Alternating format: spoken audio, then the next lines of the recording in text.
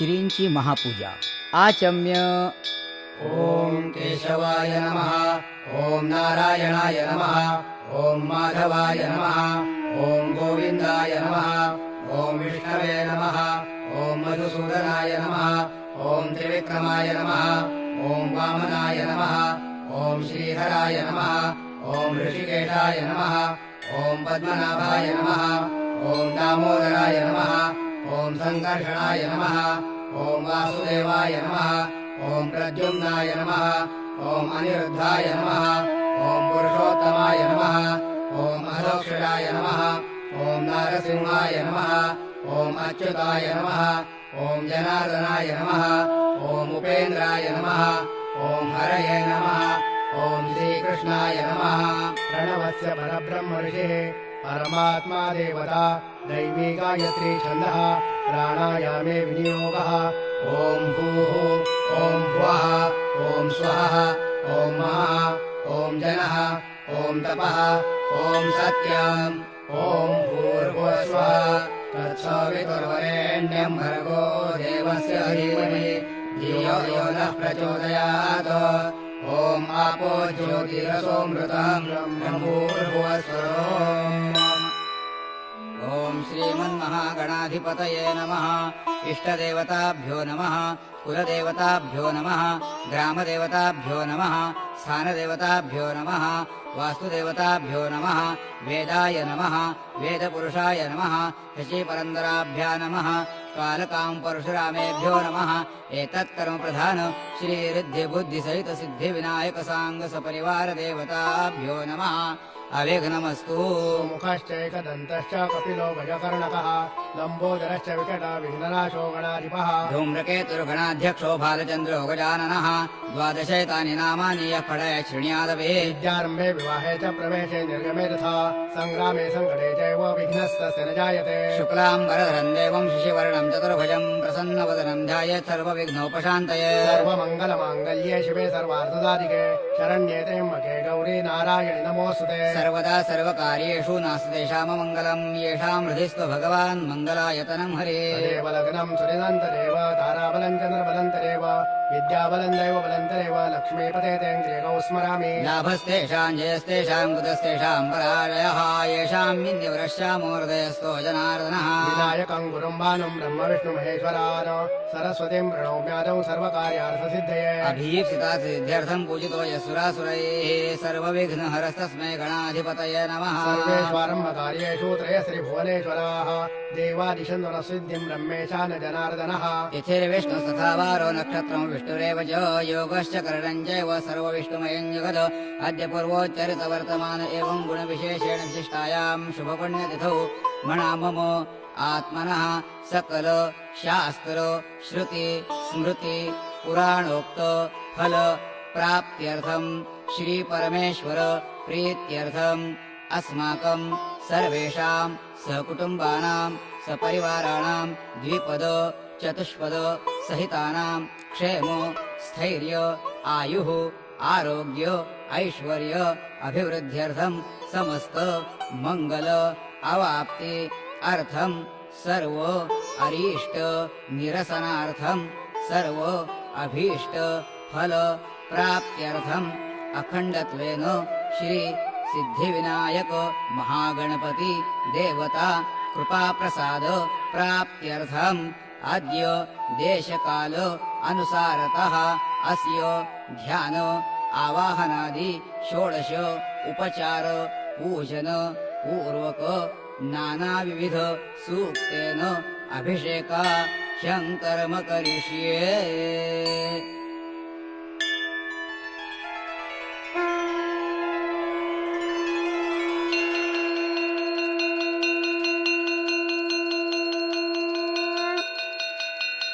तत्रादौ निर्विघ्नता सिद्ध्यर्थं महागणपति स्मरणं कलश शंख घंटा दीप पूजनादि सकलं कर्म करिष्ये।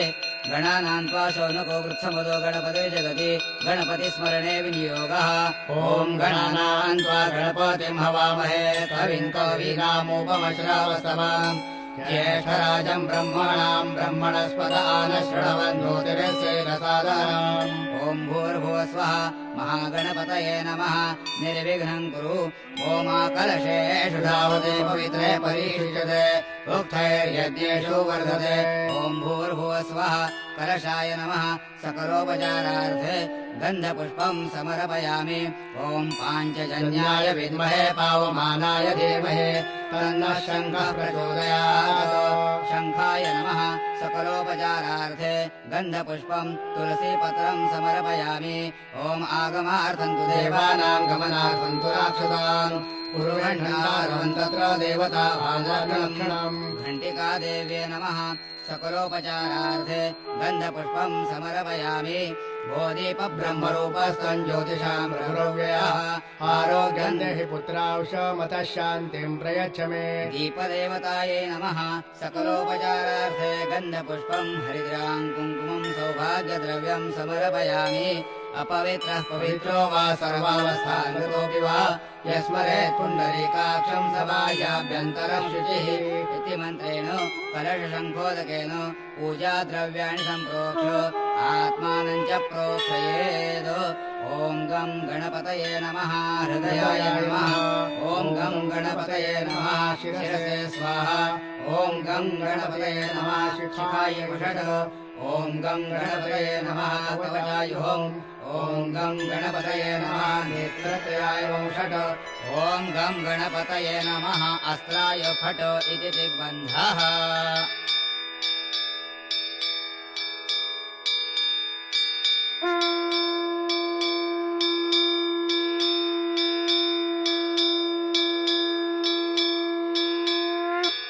अथ ध्यानम्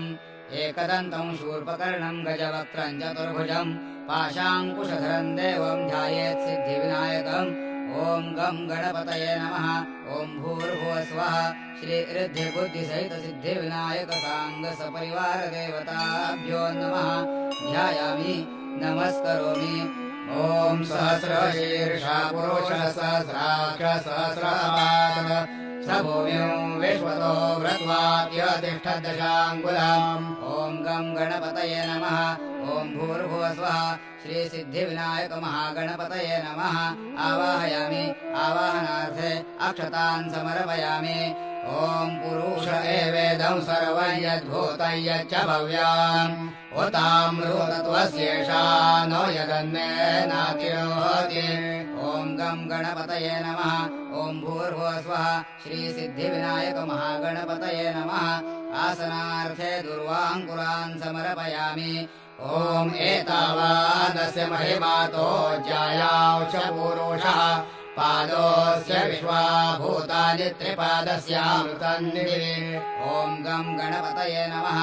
ॐ भूर्भुवः स्वः श्रीसिद्धिविनायकमहागणपतये नमः पादयोः पाद्यं समर्पयामि ॐ त्रिपादूर्ध्वोदये पुरुषः पादोऽस्येहाभवत् पुनः ततो विश्वं व्यक्रामत्साशने अभे ॐ गं गणपतये नमः ॐ भूर्भुवः स्वः श्रीसिद्धिविनायकमहागणपतये नमः हस्तयोः अर्घ्यं समर्पयामि ॐ तस्माद्विराजो जायत विराजो अधिपुरुषः स जातो अद्य ऋच्यत पश्चात् भूमिमथो पुरः ॐ गं गणपतये नमः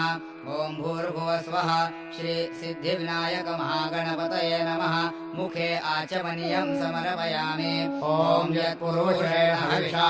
देवायजमतन्वता वसन्तोऽस्यासीताज्यङ्ग्रीष्मशरद्धविः ॐ गं गणपतये नमः ॐ भूर्भुवः स्वः श्रीसिद्धिविनायकमहागणपतये नमः स्नानीयं समर्पयामि स्नानान्ते पुनराचमनीयं समर्पयामि अथ पञ्चामृतैः स्नपयिष्ये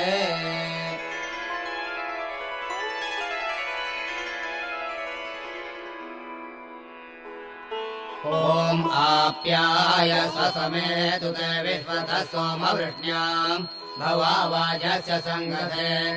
ॐ गं गणपतये नमः ॐ भूर्भुवस्वः श्रीसिद्धिविनायकमहागणपतये नमः पयस्नानं समर्पयामि पयस्नानान्तरेण शुद्धोदकस्नानं समर्पयामि शुद्धोदकान्ते आचमनीयं समर्पयामि आचमनीयार्थे स्नानीयं समर्पयामि सकलोपचारार्थे नमस्कारान् समर्पयामि ॐ दधिरावणोऽकार्षम् ज्येष्ठोरश्वस्य वाजिनाः सुरभिनमुखाकरत्रणआयुषितार्षद ॐ गं गणपतये नमः ॐ भूर्भुवस्वः श्रीसिद्धिविनायकमहागणपतये नमः दधिस्नानं समर्पयामि दधिस्नानान्तरेण शुद्धोदकस्नानं समर्पयामि शुद्धोदकान्ते आचमनीयं समर्पयामि आचमनीयार्थे स्नानीयं समर्पयामि सकलोपचारार्थे गन्धपुष्पं समर्पयामि ॐ घृतं मे मिक्षे घृतमस्य योनिर्घृते कृतो घृतम् अश्वधाम अनुश्वधमा वहमादय स्वस्वाहा कृतं वृषभवक्ष्यहव्याम् ॐ गं गणपतये नमः ॐ भूर्भुवस्वः श्रीसिद्धिविनायकमहागणपतये नमः घृतस्नानं समर्पयामि घृतस्नानान्तरेण शुद्धोदकस्नानं समर्पयामि शुद्धोदकान्ते आचमनीयं समर्पयामि आचमनीयार्थे स्नानीयं समर्पयामि सकलोपचारार्थे गन्धपुष्पं समर्पयामि ॐ मधुवातारुतायते मधुक्षरन्ति सिन्धवः माध्वीर्न सन्तोषधीः मधुनक्तमुतोषसु मधुमत्पार्थिवं रजः मधुज्जौरस्तु नः पिता मधुमानो वनस्पतिर्मधुमा अस्तु सूर्यः माध्वीर्गावो भवन्तु नः ॐ गं गणपतये नमः ॐ भूर्भुवस्वः श्रीसिद्धिविनायकमहागणपतये नमः मधुस्नानं समर्पयामि मधुस्नानान्तरेण शुद्धोदकस्नानं समर्पयामि शुद्धोदकस्नानान्ते आचमनीयं समर्पयामि आचमनीयार्थे स्नानीयं समर्पयामि सकलोपचारार्थे गन्धपुष्पं समर्पयामि ॐ स्वादुपावस्वदिव्याय जन्मने स्वादुरिन्द्राय सुहैतुनाम्ने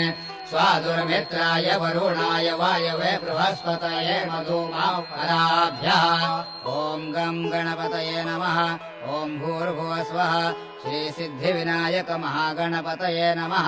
शर्करास्नानं समर्पयामि शर्करास्नानान्तरेण शुद्धोदकस्नानं समर्पयामि शुद्धोदकान्ते आचमनीयं समर्पयामि आचमनीयार्थे स्नानीयं समर्पयामि सकलोपचारार्थे नमस्कारान् समर्पयामि ॐ गन्धद्वारान्धुरादर्शान् नित्यपुष्टान्तरीक्षिणे ईश्वरेण सर्वभूतानां तामिहोपवये श्रियाम् ॐ गं गणपतये नमः ॐ भूर्भुवस्वः श्रीसिद्धिविनायकमहागणपतये नमः षष्ठेन गन्धोदकस्नानं समर्पयामि गन्धोदकस्नानान्ते शुद्धोदकस्नानं समर्पयामि शुद्धोदकान्ते आचमनीयं समर्पयामि आचमनीयार्थे स्नानीयं समर्पयामि सकलोपचारार्थे गन्धपुष्पं समर्पयामि नमस्करोमि ओमापोहिष्ठामयो भुवस्ताद ऊर्जे दधातना महेरणाय चक्षसे यो वशिवतो मूर्धस्तस्य भाजयते हनाः उषतीरीव मातराः तस्मा अरङ्गमामवयस्य क्षयाय जिनवथा आपो जनयथा जनः ॐ गं गणपतये नमः ॐ भूर्भुवस्वः श्रीसिद्धिविनायकमहागणपतये नमः पूर्वाराधनार्थे विलेपनार्थे चन्दनं समर्पयामि ॐ गं गणपतये नमः ॐ भूर्भुवस्वः श्रीसिद्धिविनायकमहागणपतये नमः अलङ्कारार्थे अक्षतान् समर्पयामि ॐ गं गणपतये नमः ॐ भूर्भुवस्वः श्रीसिद्धिविनायकमहागणपतये नमः रिद्धिसिद्धिभ्यां नमः हरिद्रां कुङ्कुमं सौभाग्यद्रव्यं समर्पयामि ॐ गं गणपतये नमः ॐ भूर्भुवस्वः श्रीसिद्धिविनायकमहागणपतये नमः सिन्दूरं समर्पयामि ॐ गं गणपतये नमः ॐ भूर्भुवस्वः श्रीसिद्धिविनायक महागणपतये नमः ऋतुकालोद्भो पुष्पं समर्पयामि ॐ गं गणपतये नमः ॐ भूर्भुवस्वः श्रीसिद्धिविनायक महागणपतये नमः यथालाभदूर्वाङ्कुरांश समर्पयामि ॐ गं गणपतये नमः ॐ भूर्भुवस्वः श्रीसिद्धिविनायक महागणपतये नमः धूपं समर्पयामि ॐ गं गणपतये नमः ॐ भूर्भुवस्वः श्रीसिद्धिविनायक महागणपतये नमः दीपं समर्पयामि ॐ गं गणपतये नमः ॐ भूर्भुवस्वः श्रीसिद्धिविनायक महागणपतये नमः नैवेद्यार्थे पुरतस्थापित दुग्धशर्करा नैवेद्यं समर्पयामि सत्यन्पर्तेन परिषिञ्चामि अमृतोपस्तरणमसे स्वाहा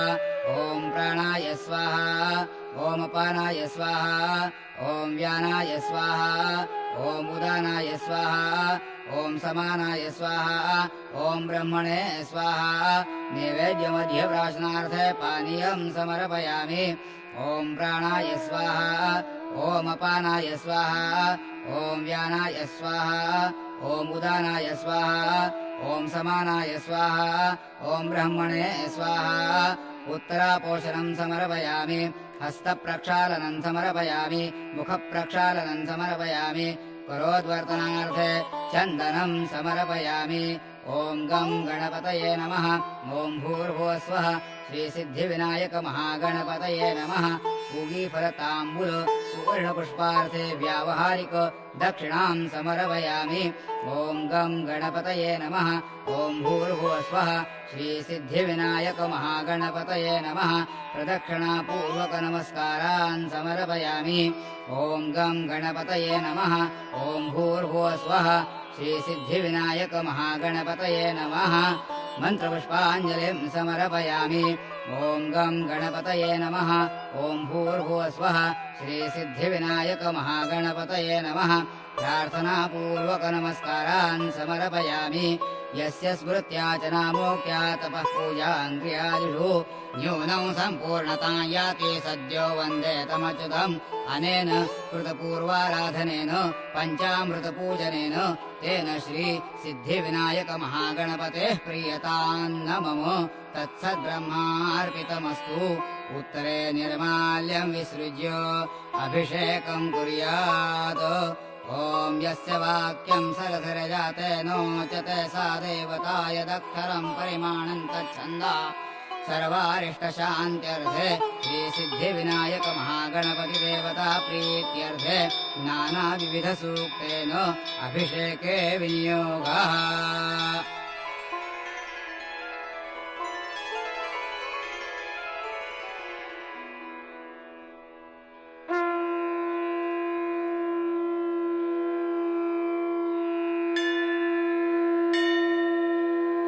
ॐ सहस्रशीर्षा पुरुष सहस्राक्ष सहस्रपाद स भूमिं विश्वतो वृत्वात्यतिष्ठदशाङ्गुलाम् पुरुष एवेदं सर्वयद्भूतयच्च भव्याम् उतामृतत्वस्येषा नो यदन्नेनातिरोहति एतावानस्य महिमातो ज्यायांश पुरुषः पादोऽस्य विश्वाभूतानि त्रिपादस्यामृतम् दिवि पादोर्ध्वोदयेत् पुरुषः पादोऽस्य भवत् पुनः ततो विश्वं व्यक्रामत्साशनानशने अवे तस्माद्विराळो जायत विराजो अधिपुरुषः स जातो अत्योरिच्यत पश्चात् भूमिवथो पुरः यत्पुरुषेण हविषा देवा यज्ञमतन्वत वसन्तो अस्यासीदाज्यं ग्रीष्म इद्म शरद्धविः संयज्ञम् बर्हिषि प्रोक्षन् पुरुषम् जातमग्रतः तेन देवा अयजन्त साध्यार्जयश्च ये तस्माद्यज्ञात् सर्वमुतः सम्भूतं वृषदाज्यम् अशोन्ताः चक्रे वायव्यानारण्यान् ग्राम्याश्च ये तस्माद्यज्ञात् सर्वहुतरुच सामानि जज्ञिरे छन्दांसि जज्ञिरे तस्माद्यजस्तस्मादजायत तस्मादश्वा अजायन्त एकेतो भयादतः कावो अजज्ञिरे तस्मात्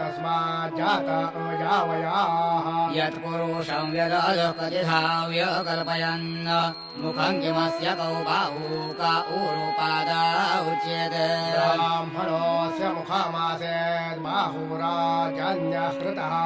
पूर्वो तदसेद्वैषः पद्भ्यां शूद्रो जायत चन्द्रमा मनसो जातश्चक्षुः सूर्यो अजायत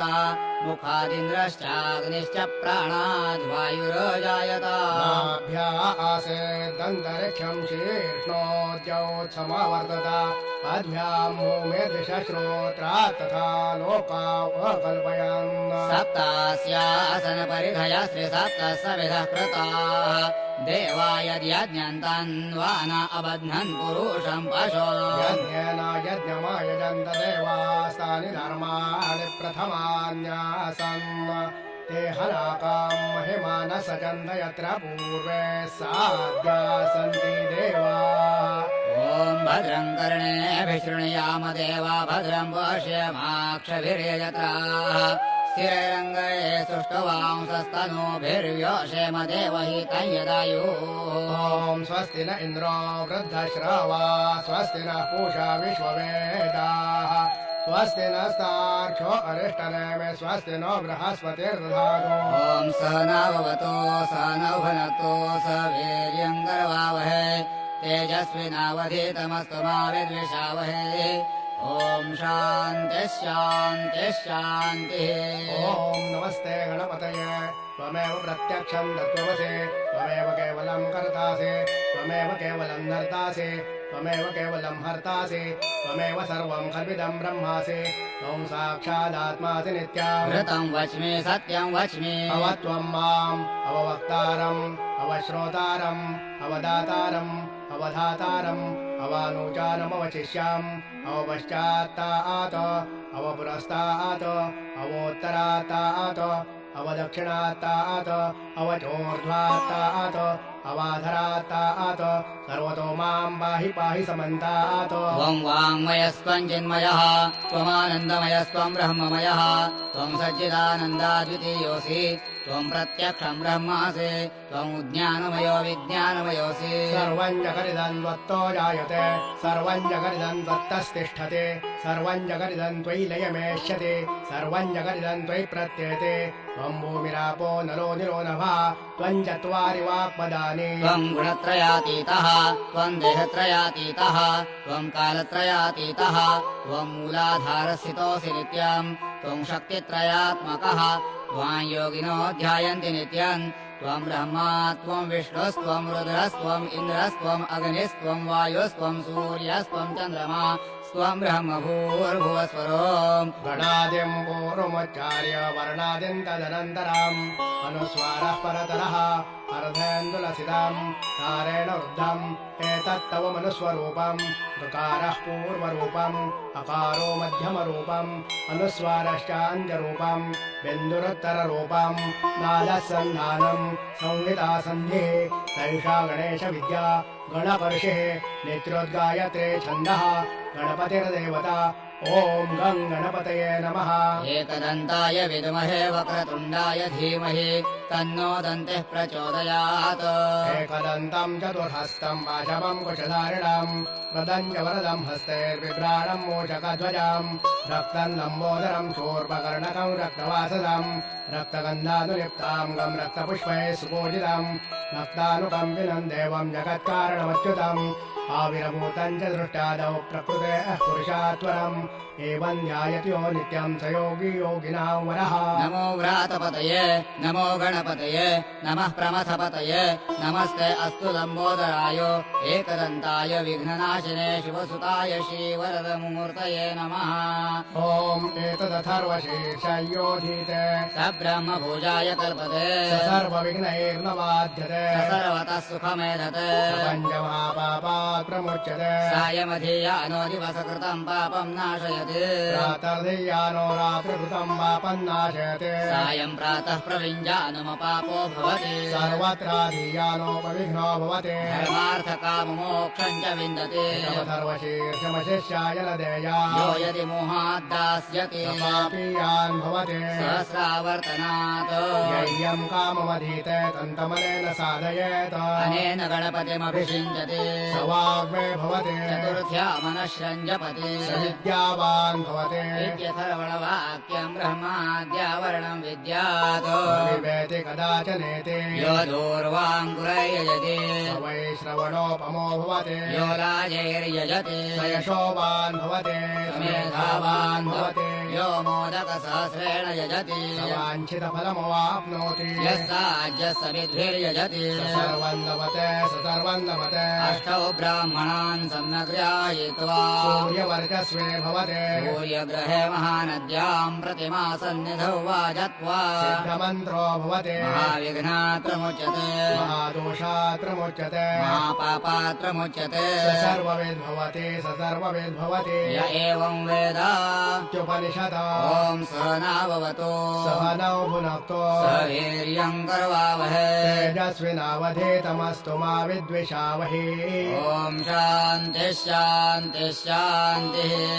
हरिः ॐ हिरण्यवर्णाम् हरिणीम् सुवर्णरजतस्रजाम् चन्द्राम् हिरणमयीम् लक्ष्मीम् जातवेदो आवह ताम् आवह जातवेदो लक्ष्मीमनपगामिनीम् यस्याम् हिरण्यम् विन्दयम् गामश्वम् पुरुषानः अश्वपूर्वाम् रथमध्याम् हस्तिनादप्रबोधिनीम् श्रियम् देवीमुपह्वये श्रीरमा देवी जुषता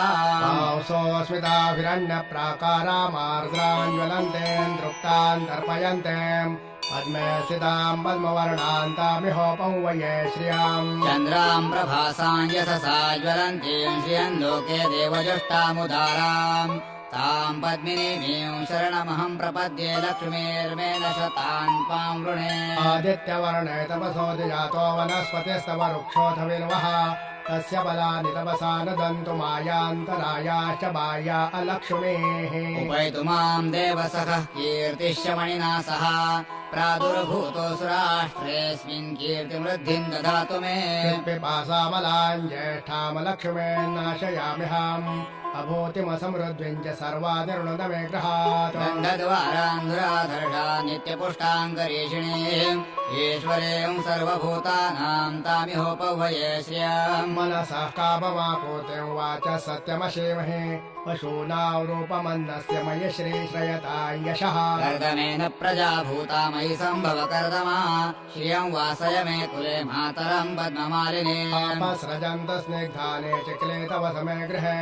निजदेवे मातरम् श्रियौ वासय मे कुले आर्द्राम् यः करणीम् यष्टिम् सुवर्णाम् हेममालिनीम् सूर्याम् हिरण्मयीम् लक्ष्मीम् जातवेदो आवह आर्द्राम् पुष्करणीम् पुष्टिम् पिङ्गलाम् पद्ममालिनीम् चन्द्राौ हिरण्मयीम् लक्ष्मीम् जातवेदो आवह ताम् आवह जातवेदो लक्ष्मीमनपगामिनीम् यस्याम् हिरण्यम् प्रभूतिम् गावो दास्योश्वान् विन्देयम् पुरुषानः यः शुचिः प्रयतो भूत्वा जुहुयादाज्यमन्वहम् सूक्तम् पञ्चरशरजम् च श्रीकामः सततम् जपे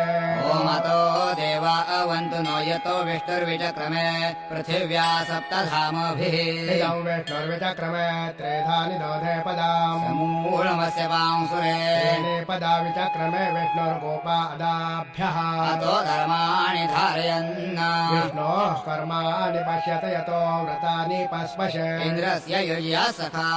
तद्विष्णोः परमम् पदम् सदा पश्यन्ति सूरयाः दिवेव चक्षुरातताम् प्रासो विपन्यवो जागृवा सस्समिन्दते विष्णोर्यत्परमम् पदम् ॐ देवस्य त्वा सवितुः प्रसवेश्विनोर्बाहुभ्याम् पूष्णोस्ताभ्याम् अग्नेस्तेजसा सूर्यस्य वर्चसेन्द्रस्येन्द्रिये नाभिषिञ्जामि बलाय श्रियै यशसेन्नाद्याय ॐ भूर्भुवः स्वः अमृताभिषेकोऽस्तु शान्तिः ओष्टिस्तोष्टिश्चास्तु ॐ गं गणपतये नमः ॐ भूर्भुवः स्वः श्रीसिद्धिविनायकमहागणपतये नमः अभिषेकस्नानान्ते शुद्धोदकस्नानम् समर्पयामि ॐ गं गणपतये नमः ॐ भूर्भुवः स्वः श्रीसिद्धिविनायकसाङ्गसपरिवारदेवताभ्यो नमः अभिषेकस्नानान्ते माङ्गलिकस्नानम् समर्पयामि ॐ गं गणपतये नमः ॐ भूर्भुवस्वः श्रीसिद्धिविनायकमहागणपतये नमः माङ्गलिकस्नानान्ते उष्णोदकस्नानं समर्पयामि ॐ गं गणपतये नमः ॐ भूर्भुवस्वः श्रीसिद्धिविनायकमहागणपतये नमः उष्णोदकस्नानान्ते शुद्धोदकस्नानं समर्पयामि ॐ नर्यप्रजा मे गोपाय अमृतत्वाय जीवसे जाताञ्जनिष्यमाणाञ्च अमृते सत्ये प्रतिष्ठिता ॐ गं गणपतये नमः ॐ भूर्भुवस्वः सिद्धिविनायकमहागणपतये नमः सुप्रतिष्ठितमस्तु ॐ तै यज्ञं बर्हिषि प्रोक्षन् पुरुषं जातमग्रतः तेन देवा अयजन्त साध्यारुषायशये ॐ गं गणपतये नमः ॐ भूर्भुवस्वः श्रीसिद्धिविनायकमहागणपतये नमः वस्त्रोपवस्त्रार्थे कार्पासवस्त्रं समर्पयामि ॐ तस्माद्यज्ञात् सर्वहुतः सम्भूतं बृहदाज्ञाम् पशोऽन्ताचक्रे वायव्यानारण्यान् ग्राम्याश्चये ॐ गं गणपतये नमः ॐ भूर्भुवस्वः श्रीसिद्धिविनायकमहागणपतये नमः यज्ञोपवीतं समर्पयामि यज्ञोपवीतान्ते आचमनीयं समर्पयामि ॐ तस्माद्यज्ञात् सर्वहुतरुचः समानियज्ञिरे छन्दा औचिजज्ञिरे तस्माद्यजोस्तस्मादजायत ॐ गं गणपतये नमः ॐ भूर्भुवस्वः श्रीसिद्धिविनायकमहागणपतये नमः विलेपनार्थे चन्दनं समर्पयामि अक्षतास्तण्डुलाः शुभ्राः कुङ्कुमेन विराजिताः मया निवेदिता भक्त्या गृहाण परमेश्वर ॐ गं गणपतये नमः ॐ भूर्भुवस्वः श्रीसिद्धिविनायकमहागणपतये नमः अलङ्कारार्थे अक्षतान् समर्पयामि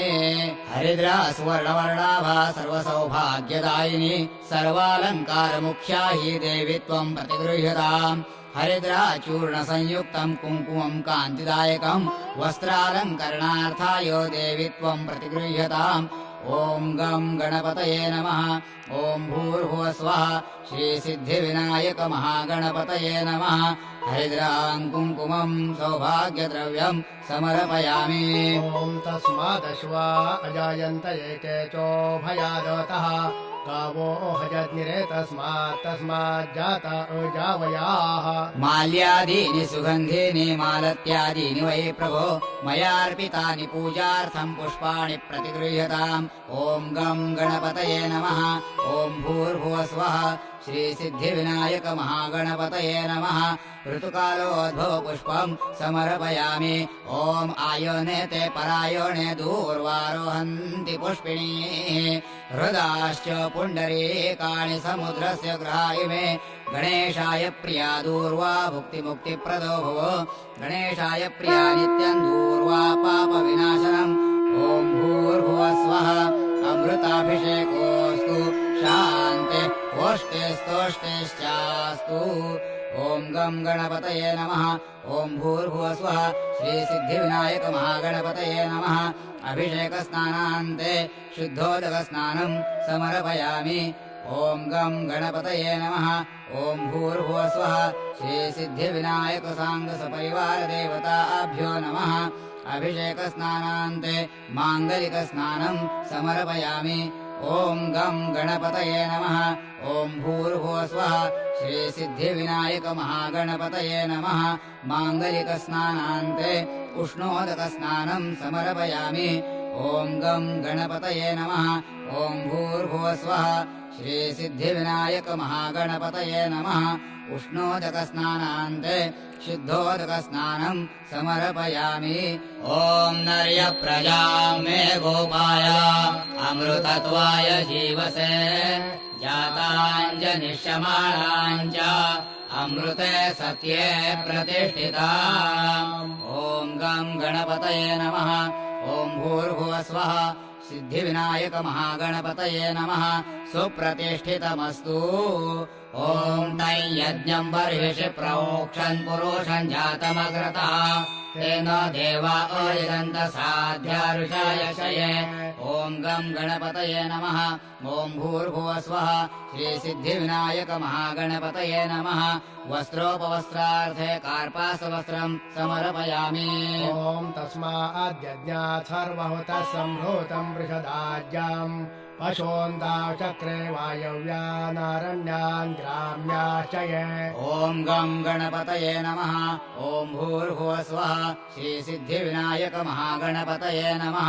यज्ञोपवीतम् समर्पयामि यज्ञोपवीतान्ते आचमनीयम् समर्पयामि ॐ तस्माद्यज्ञात् सर्वहुतरुचः समानियज्ञिरे छन्दा औतिजज्ञिरे तस्माद्यजोस्तस्मादजायत ॐ गं गणपतये नमः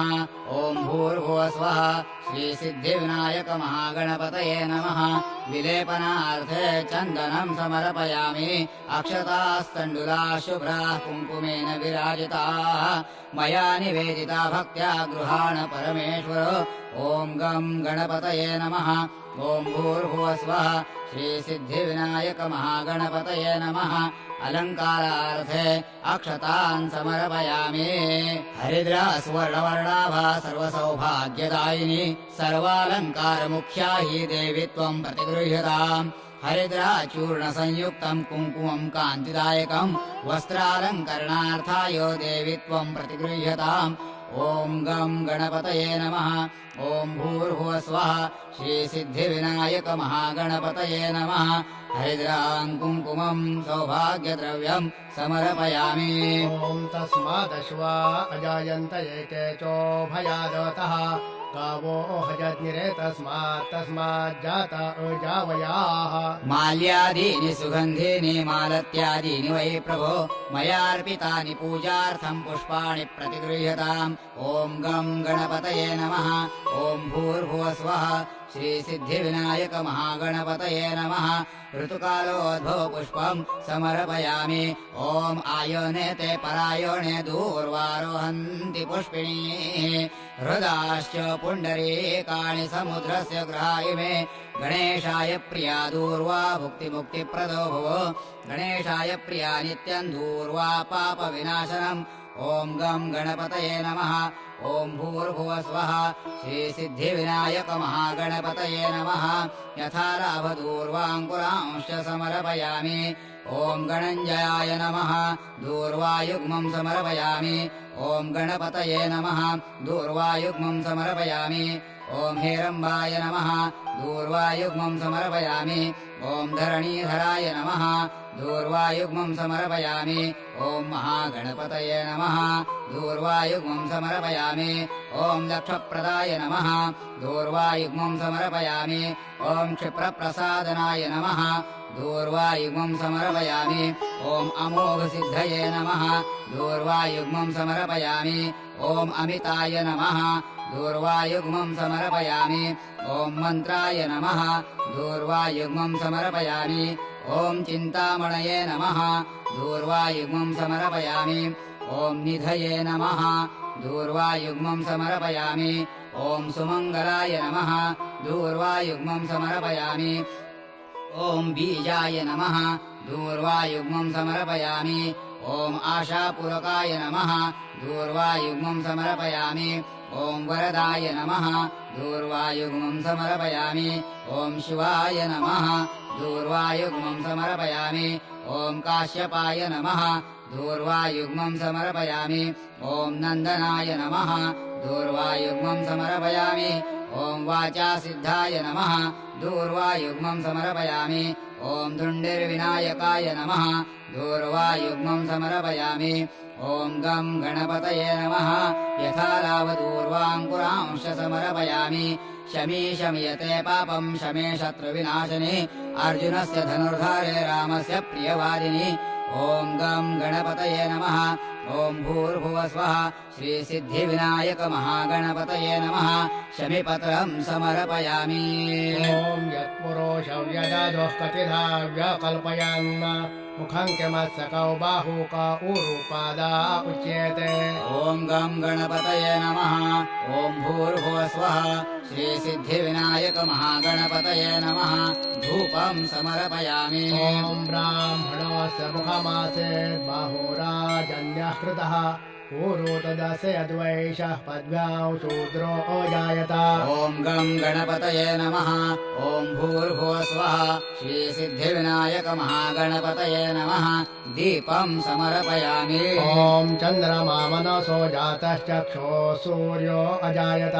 मुखादिन्द्रश्चाग्निश्च प्राणाद्वायुरजायत ॐ गं गणपतये नमः ॐ भूर्भुवस्वः श्रीसिद्धिविनायक महागणपतये नमः नैवेद्यार्थे पुरतस्थापित गुडोपहार नैवेद्यं समर्पयामि सत्यं त्वर्तेन परिषिञ्जामि अमृतोपसृणमसे स्वाहा ॐ प्राणाय स्वाहा ॐ अपानाय स्वाहा ॐ व्यानाय स्वाहा ॐ उदानाय स्वाहा ॐ समानाय स्वाहा ॐ ब्रह्मणे स्वाहा नैवेद्यमध्ये प्राशनार्थे पानीयं समर्पयामि ॐ प्राणाय स्वाहा ॐ अपानाय स्वाहा ॐ व्यानाय स्वाहा ॐ उदानाय स्वाहा ॐ समानाय स्वाहा ॐ ब्रह्मणे स्वाहा उत्तरापोषणं समर्पयामि हस्तप्रक्षालनं समर्पयामि मुखप्रक्षालनं समर्पयामि करोद्वर्तनार्थे चन्दनं समर्पयामि मुखवासार्थे पूगीफलताम्बूल सुवर्णपुष्पार्थे व्यावहारिक द्रव्यदक्षिणान् समर्पयामि पूगीफलं महद्दिव्यं नागवल्यादलयुतं कर्पूरैलासमायुक्तं ताम्बूलं प्रतिगृह्यताम् हिरण्यगर्भगर्भस्थं हेमबीजं विभावसोः अनन्तपुण्यफलतमतः शान्तिं प्रयच्छ मे इदं फलं मया देवो स्थापितं पुरतस्तव तेन मे सफलावाप्तिर्भवेत् जन्मनि जन्मनि फलेन फलितं सर्वं त्रैलोक्यं सचराचरम् तस्मात् फलप्रदानेन सुफलाश्च मनोरथाः ॐ गं गणपतये नमः ॐ भूर्भुवस्वः श्रीसिद्धिविनायक महागणपतये नमः ऋतुकालोऽधो फलानि समर्पयामि ॐ नाभ्यासेदन्तरिक्षं शीर्ष्णोद्यौः समवर्तताम् पद्भ्यां भूमिर्दिशः श्रोत्रा तथा लोकाम् अकल्पयन् यानि कानि च पापानि जन्मान्तरकृतानि च तानि तानि विनश्यन्ति प्रदक्षिणपदे पदे ॐ गं गणपतये नमः ॐ भूर्भुवस्वः श्रीसिद्धिविनायक महागणपतये नमः प्रदक्षिणान् समर्पयामि ॐ सप्तास्यासन् परिधयस्त्रे सप्तसमिदः कृताः देवायद्यज्ञन्तन् वाना अबध्नन् पुरुषं वशो ॐ गं गणपतये नमः ॐ भूर्भुवस्वः श्रीसिद्धिविनायक महागणपतये नमः नमस्कारान् समर्पयामि ॐ यज्ञेन यज्ञमयजन्त देवास्तानि धर्माणि प्रथमान्य असन् ते हनाकं महिमानः सचन्द यत्र पूर्वे साध्या सन्ति देवाः ॐ गं गणपतये नमः ॐ भूर्भुवस्वः श्रीसिद्धिविनायक महागणपतये नमः मन्त्रपुष्पाञ्जलिं समर्पयामि विशेषपुण्यफलप्राप्त्यर्थं मङ्गलनीराञ्जनं करिष्ये ॐ श्रिये जातश्रियानिरीयाय श्रियं वयोर्चरितृभ्यो ददाति श्रियं वसानामृतत्वमायन् भवन्ति सत्यासमितामितद्रौ श्रिय एवैनन्तश्रियामा ददाति सन्ततमजावषट्कृत्यं सन्तत्ते सन्धीयते प्रजया पशुभिर्य एवं वेद चन्द्रादित्यौ च धरणिर्विद्युदग्निस्तथैव च तमेव सर्वज्योतिंषि आर्तिक्यं प्रतिगृह्यताम् ॐ गं गणपतये नमः ॐ भूर्भुवस्वः श्रीसिद्धिविनायक महागणपतये नमः मङ्गलनीराञ्जनं समर्पयामि।